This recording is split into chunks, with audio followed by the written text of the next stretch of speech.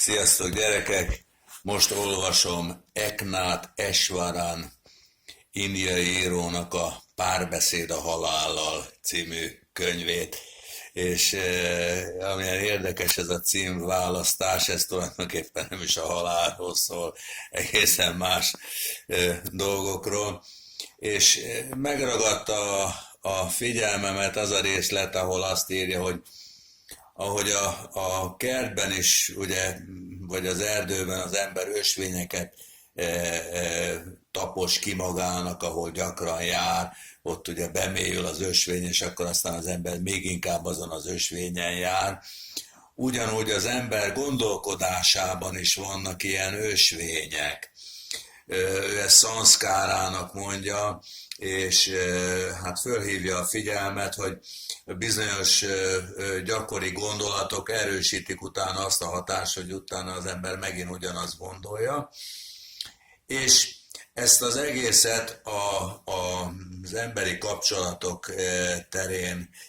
helyezte előtérbe, hogy rájött arra, hogy ugye vannak emberek, akiket kedvelünk, vagy ők is kedvelnek minket, azoknak keressük a társaságát, és vannak, akik hát valami miatt nem szimpatizálnak velünk, meg mi se velük, és akkor azoknak ösztönösen kerüljük a társaságát, és arra jött rá ez az indiai író, hogy ez a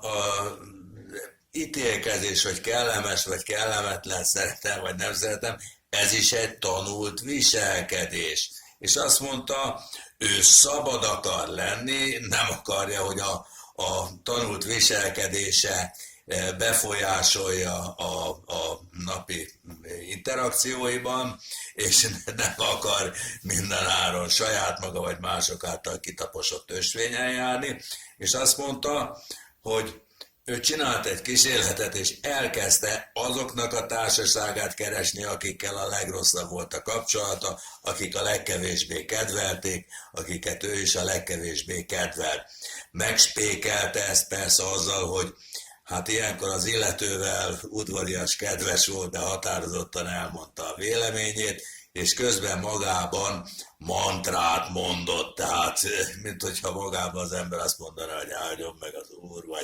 vagy elmondana magában egy mi atyánkot, vagy egyszerűen csak olyan, ahogy a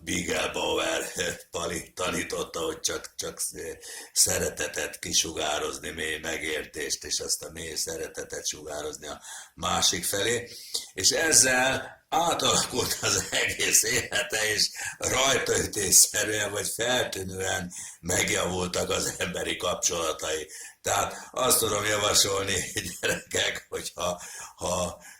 valaki akar változtatni az emberi kapcsolatai, mert valaki azt mondja, hogy nekem ez így jó, vannak akik szeretnek, vannak akik nem szeretnek. De hogyha valaki kicsit kellemetlenül érzi magát, és úgy érzi, hogy van javítani való az emberi kapcsolataiban, keresse azoknak a társaságát, akik a legkevésbé kedvelik, és gondolatban sugározzon mély szeretetet vagy imát felé, és legyen vele kedves, de határozott, ne adja föl magát, nem arról van szó, hogy nyalizni kell a másiknak, hanem mély szeretetet, megértést és toleranciát sugározni felé, és az eredmény nem marad el. Sziasztok gyerekek, hello!